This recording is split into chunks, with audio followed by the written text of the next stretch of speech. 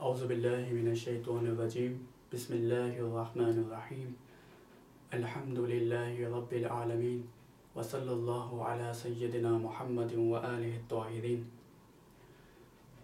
خداوند عالم کا شکر ادا کرتے ہیں کہ اس نے ہمیں توفیق دی کہ ہم دین اسلام کے بارے میں تھوڑا علم حاصل کر سکیں، اور اللہ سے دعا کرتے ہیں کہ ہمیں دینی ذمہ داری کو سمجھنے کی توفیق دے تاکہ ہم دینی ذمہ داری کو اچھے طریقے سے ادا کر سکیں۔ آج کا ہمارا پہلا درس دین اسلام کے بارے میں ہے۔ دین اسلام پہ بات کرنے سے پہلے ہم دین کے معنی کو بتائیں گے۔ دین کے معنی یعنی شریعت یا دستور یا قانون ہے۔ جب ہم تاریخ کا مطالعہ کرتے ہیں تو ہم دیکھتے ہیں کہ اللہ تعالیٰ نے انسان کی ہدایت کے لیے، اس کی رہنمائی کے لیے مختلف دور میں شریعت نازل کی، مثلا مختلف دور میں دستور دیے انسانوں کی ہدایت کے لیے۔ حضرت موسیٰ علیہ السلام کو شریعت دی، اور اس کے بعد حضرت عیسیٰ علیہ السلام کو، اس کے بعد رسول خدا کو۔ لیکن دین اسلام جب آیا ہے، دین اسلام کی جو شریعت آئی ہے، اس کے بعد کوئی بھی دین نہیں آیا۔ اس کی کیا وجہ ہے؟ اس کی وجہ یہ ہے کہ دین اسلام اللہ تعالیٰ کا ایک کامل ترین دین ہے، اور اس کے بعد کوئی بھی دین نہیں آئے گا۔ اچھا، یہاں پہ اب ایک سوال پیدا ہوتا ہے۔ سوال یہ ہے کہ کیا وجہ ہے کہ شریعت موسیٰ علیہ السلام، شریعت عیسیٰ علیہ السلام کامل نہیں تھی، بلکہ وہ اپنے دور کے حساب سے تھی۔ اس کا جواب یہ ہے کہ شریعت موسیٰ علیہ السلام خود ان کے دور کے حوالے سے تھی، شریعت عیسیٰ علیہ السلام خود ان کے دور سے تھی۔ لیکن جب دین اسلام آیا ہے تو اللہ تعالیٰ نے اس کے اندر تمام جو اہم جو باتیں تھیں، جو رہنمائی کے لیے ضروری تھی ایک انسان کے لیے قیامت تک کے، وہ سب اس میں نازل کر دی۔ اس لیے کہتے ہیں کہ دین اسلام ایک مکمل دین ہے، کہ اس کے بعد کوئی بھی دین نہیں آنے والا۔ دین اسلام کے بنیادی طور سے ہم دیکھتے ہیں کہ دو حصوں میں یعنی کے حوالے سے ہماری رہنمائی کرتا ہے، ایک انفرادی معاملات میں اور ایک اجتماعی معاملات میں۔ انفرادی یعنی فردی معاملات میں یعنی ایک مسلمان کے کیا عقائد ہونے چاہیے، یعنی اس کے کیا عقیدے ہونے چاہیے، ایک مسلمان کا کیا یقین ہونا چاہیے اور کیا یقین نہیں ہونا چاہیے۔ یہ سب چیزیں انسان کی انفرادی مسائل ہیں، یعنی فردی مسائل ہیں، یہ اجتماعی نہیں ہے کہ وہ خود ایک مسلمان کو سوچنا چاہیے۔ اجتماعی معاملات یعنی جو ایک فرد سے بڑھ کے ہو معاملات، مثال کے طور پہ ایک معاشرے کو کس طریقے سے اس کو قانون بنایا جائے، اس کی یعنی اس کو مینیج کیا جائے ایک معاشرے کو، تو اسلام یہاں پہ ایک بہترین طور سے رہنمائی کرتا ہے کہ ایک معاشرہ کو کس طریقے سے زندگی کو گزارنا چاہیے معاشرے میں۔ خوب، آج ہم دیکھتے ہیں کہ پوری دنیا میں جب ہم دیکھتے ہیں کہ کہیں پہ بھی دین اسلام بطور کلی، بطور کامل نافذ نہیں ہے۔ یہی وجہ ہے کہ ہم مختلف جہاں پر مختلف قسم کی مشکلات دیکھتے ہیں۔ وجہ یہ ہے کیونکہ جس خدا نے ہمیں خلق کیا ہے، جس خدا نے ہمیں بھیجا ہے، ہم نے اس کے جو دستور تھے، اس کی جو شریعت تھی، اس کو ہٹا کر ایک انسانی شریعت کو لیا، ایک انسانی قانون کو لیا ہے، جس کی وجہ سے مشکلات پیدا ہوتی ہیں ہمارے لیے۔ اب ہماری بحث دین کی بنیادی تقسیم جو آپ پڑھ کے بھی آئے ہیں، اصول دین اور فروع دین کے حوالے سے ہے۔ اس کو سمجھنے کے لیے ایک مثال دینا چاہوں گا آپ کو۔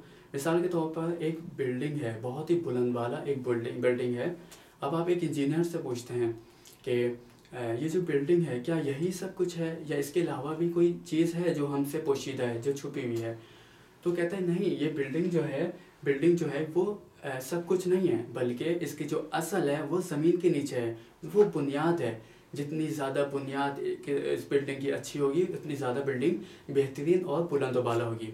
یہاں پر جو بنیاد ہے وہ اصول ہیں کہ جس مسلمان کے اصول جتنے اچھے ہوں گے، اس کے اعتقاد جتنے قوی ہوں گے، اس کی عبادات بھی اس کی بہترین عبادت ہوں گی۔ مثلا اس کی جو عبادت ہوں گی، اس کی بہترین عبادت ہوگی خلاصتاً۔ اصول دین ہمیں اعتقاد کے حوالے سے بحث کرتا ہے، یعنی بات بتاتا ہے کہ ایک مسلمان کے کیا یقین ہونے چاہیے ہیں اور کیا یقین نہیں ہونے چاہیے، جبکہ فروع دین ہمیں اعمال کے حوالے سے بتاتا ہے کہ ہمارے اعمال کیسے ہونے چاہیے ہیں. ہم جب اب اصول پہ اگر بات کریں، ایک مسلمان کے لیے ضروری ہے کہ ایک مسلمان کا جو عقیدہ ہو وہ یقین کے ساتھ ہو، اس کے پاس کوئی دلیل ہونی چاہیے، تاکہ اگر کوئی آئے اور اس پہ ہم یعنی مسلمان پہ کوئی اعتقاد کے حوالے سے کوئی حملہ کرتا ہے تو اس کا جواب دے سکے. یہی وجہ ہے ہم دیکھتے ہیں مختلف جگہ پر کہ جو اصول کے حوالے سے یا اعتقادی حوالے سے ان کے پاس کوئی دلیل نہیں تھی تو وہ آسانی سے وہ بہک جاتے ہیں اور وہ اس دین سے نکل جاتے ہیں. قرآن مجید میں بھی اللہ تعالیٰ نے ماں باپ کی اندھی تقلید کو منع کیا ہے اور اس سے روکا ہے.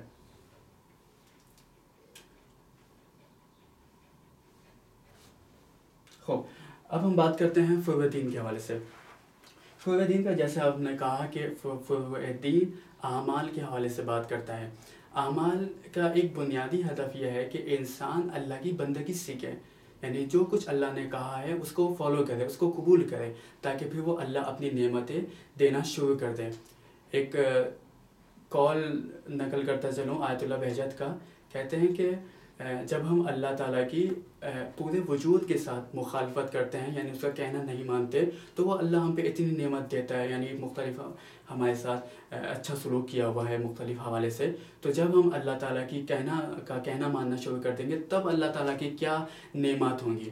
ٹھیک ہے. اسی طریقے سے فروع دین اعمال کے حوالے سے بات کرتا ہے اور بنیادی جو ہدف ہے اللہ تعالیٰ کی بندگی کرنا ہے. البتہ اس کی جو جزیات ہیں، جیسے آپ پڑھ کے آئے ہیں کہ نماز، روزہ، حج، زکوٰۃ، خمس، جہاد، اس کے انفرادی بھی یعنی اہداف ہیں، ہدف ہیں. مثال کے طور پر اصول دین میں نماز اللہ تعالیٰ کے آگے پیش ہونے کو سکھاتا ہے، یعنی اللہ تعالیٰ کے آگے کیسے جایا جائے. مثلا قیامت کا ایک دن آئے گا کہ اللہ تعالیٰ کے سامنے پیش ہوں گے، تو وہ ہمیں سکھاتا ہے. روزہ ہمیں سکھاتا ہے کہ بھوکوں کا جو بھوکے ہیں ان کا کیسے احساس کیا جائے، کیونکہ جب انسان بھوکا ہوگا جب احساس زیادہ ہوگا اسے. اسی طریقے سے زکوٰۃ یا خمس، یہ اسلام کی مالی عبادت ہے جو انسان کو مال سے محبت میں کمی واقعہ دکھاتی ہے، یعنی انسان تاکہ مال سے کم محبت کرے، مال سے محبت نہ کرے. ٹھیک ہے. اسی طریقے سے حج بھی ایک جو عبادت ہے اس کا ہدف یہ ہے کہ مسلمانوں کی اجتماعی جو عبادت ہے، اجتماعی عبادت ایک طاقت کو شو کرے، کہ ایک مسلمان کی اجتماعی طاقت کو شو کرنے کے لیے، یعنی دکھانے کے لیے. اور اسی طریقے سے جہاد جو ہے وہ یعنی شرک کفر بت پرستی کو ہٹانے کے لیے ہے. بہرحال اسی طریقے سے امر بالمعروف جو ہے معاشرے کے اندر، امر بالمعروف یعنی نیکی کا حکم دینا، یعنی معاشرے میں ہمارے علاقوں میں نیکی کو فروغ ملے، یعنی نیکی والا معاشرہ ہو. اسی طریقے سے نہی عن المنکر یعنی برائی سے روکنا، یعنی برائیوں سے جب معاشرہ رکے گا تو ہمارے اندر مختلف قسم کی برائیاں جو ہیں معاشرے کی اور انفرادی وہ ختم ہو جائیں گی. ایک بہترین معاشرہ اسلامی معاشرہ ہو جائے گا. تولا اہل بیت علیہ السلام سے کے دوستوں ان سے اور ان کے دوستوں سے محبت کرنا، اور تبرہ یعنی ان کے دشمنوں سے نفرت کرنا.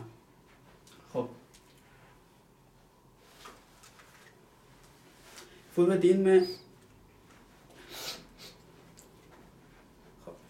دین میں جیسے آپ کو کہا کہ یہ اعمال کے حوالے سے بات کرتا ہے، یہاں پر ہمیں کوئی گنجائش نہیں ہے، یعنی ہمیں اختیار نہیں دیا گیا کہ ہم اپنی مرضی سے اس کے اندر کوئی بھی چیز اضافہ کر لیں یا اس میں کمی کر لیں. یہ بالکل بھی گنجائش ہمیں نہیں دی گئی ہے. حتیٰ کہ رسول خدا کو بھی اللہ تعالیٰ نے اس سے منع کیا ہے، تنبیہ کی ہے کہ آپ کو اجازت نہیں ہے، بس جس کا حکم ہے وہ اللہ کا ہے. تو ہمیں یہ چاہیے ہے کہ جو کچھ اللہ نے ہمیں بتا دیا ہے اس کے مطابق عمل کریں. اگر ہم اپنی طرف سے اپنی مرضی سے دین کے اندر کوئی بھی چیز ایجاد کرنا چاہیں گے، کوئی بھی چیز لائیں گے، تو یہ بدعت ہوگی اور یہ گناہ کبیرہ کا سبب بنے گا.